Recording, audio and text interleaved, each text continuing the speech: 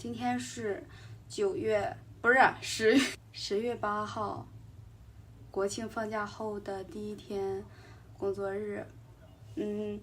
为什么想拍这个视频呢？是因为我发现我现在的更新频率真的很低，因为我现在上班事情很多。我觉得就是人的精力是有限的，因为以前的工作就是不是很忙，所以就有很多的精力放在 B 站上面，但我现在就没有更多的精力放到 B 站上了。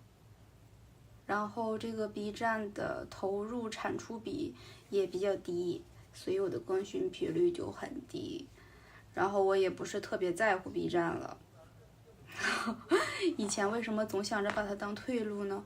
因为就是以前非常在乎这个东西，后来把精力、注意力转移走了之后，发现其实它也就那个样子吧，其实也就还好吧，不是很当一回事的。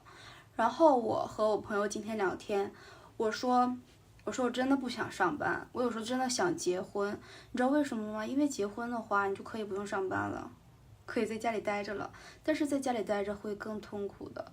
如果你以后想生个小孩的话，那你就会像保姆一样整天围着他转，还不如上班了。然后他说，那你可以把你的副业搞好呀。我说，可是我如果搞副业的话，我整天都会被人骂，每天挨骂。我说我那次被6000多个人骂，结果就中了61.4毛8，我真的受够了。你要是在互联网上发些东西，就会被人说嘛。然后我就跟我妈说，我说妈，我真的发不下去了这个视频，有很多人骂我，很多人骂我。然后我妈就说没关系啊，虽然很多人骂你，但是他们黑粉也是粉啊，他们过来你就有流量，有流量就有钱呀。然后我说可是6000人过来骂我，我只赚了60几块。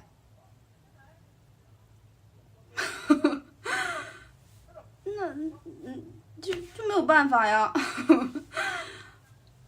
就是副业的话，我觉得它只是你逃避主业的一个作为逃避的这样一个工具，它是没有办法顶替你主业的这个存在的。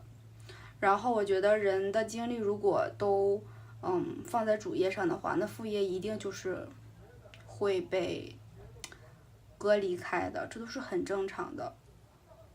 然后我今天就谈到说，现在才刚出来上班1年，以后的几十年该怎样过？但是我朋友就说他这半年怎么样过，他还没有想好呢。我觉得这个想法是很好，因为人就是走一步看一步，才会觉得很幸福、很开心。就是我今天去上班，就赚到了今天的工资，就只要有这种想法的话，就会很幸福。因为你想的越多越远，你就会越累。但是未来是怎么样的，不是靠你想象出来的。你怎么想，你的未来都不会有所改变的。就是那句话怎么说来着？你以为你有很多的选择，但其实等你真正要死的那一天，你回看你的一生，你只有一条路可以走，就是不管你怎样选择，你都是要走这条路的。我觉得这个想法就是会让人变得很松弛、很轻松，就不用说整天，哎呀，就是那一句话，我觉得那个什么防患于未然，整天说什么啊，要把以后的事情做好、搞好、想好了，要不然的话，人无远虑，必有近忧，怎么样的。我觉得这个就是让人很焦虑的一句话。哎，可能是我曲解它的意思了，也可能，但是我觉得我曲解成的那个意思就是让我焦虑的来源。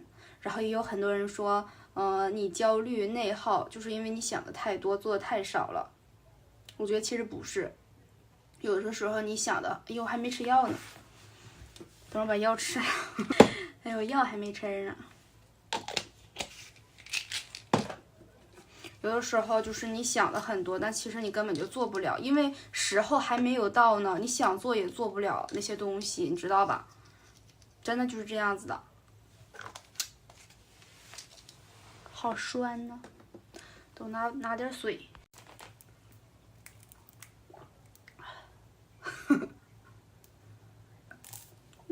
我今天上班的时候又收到同事的喜糖了。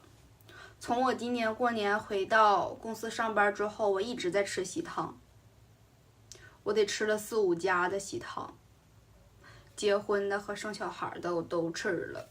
我就在那里想，什么时候我才能吃我自己的喜糖？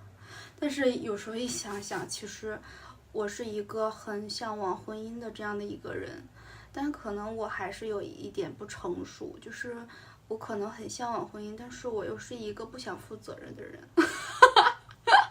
就是我吧，我就是一个懒叉，就是结婚可能是我逃避现实的一个手段。但如果当你把这个婚姻当成逃避现实的手段的时候，那你这段婚姻也一定是失败的。因为婚姻也是一个非常复杂，它像工作一样很消耗人精力的一个东西。所以这个想法就是不对的。我觉得我还是一个很不成熟的人。我觉得是这样的，我觉得不成熟，还有没有做好这个准备的时候，就不要去坑害另一个人。对，你自己的人生就是苦就苦了一点了，你不要说带着另一个人跟你一起苦，可能对方也很苦，但是2个人一起苦的话，就会有怨气，就会觉得现在苦的日子都是对方造成的。所以还不如自己一个人苦着呢，就是挺好的其实。因为我今天下班回家的时候，在路上我就是这样想的，我不是每天骑自行车回来嘛，骑共享单车嘛，然后我骑车的路上就是很开心，摇头晃脑的听着 DJ， 我听着 DJ 我就觉得啊，我真的是一个很快乐的人。我想如果此时此刻我和我男朋友一起骑共享单车回家的话，我会是一个什么样的想法呢？我觉得那我一定会把我现在的这种情况怪在对方身上，我可能就不会觉得很快乐了，我可能也不会摇头晃脑了，我只会在心里想，哎，你看人家男朋友，人家最起码还会买一个电动车驮着女朋友回家，你看我男朋友还得让我自己蹬个破自行车回去，我都不要求他开车了，电动车他都买不起，我肯定会这样想的。但如果我自己的话，我就会觉得很快乐很开心，我觉得哇，这种生活真的很自由很松弛，我想快就快，我想慢就慢，我想怎么骑就怎么骑，但是我离得很近就到家了，对吧？我觉得很渴望2个人，就是因为自己一个人太久了，会有一点孤独的感觉。朋友在身边的话也不一定是好事，我觉得，因为朋友也要结婚的嘛。然后说这么多，就是今天，今天没什么事了，就是想说一下，絮叨。我这个人话也比较多，比较话唠。我知道我的粉丝也很少有看我视频的。因为我觉得我现在的评论区也挺埋汰的，挺脏的。有的时候我确实是有抵触心态的。然后我觉得这些也是我自己造成的，因为我整天直播的时候骂人，就是那种臭鸡蛋才会招苍蝇的感觉吧。但是要是让我不骂人，我可能也做不到，因为我觉得骂人就是一件很解压的事情。然后有些男的也确实是值得骂。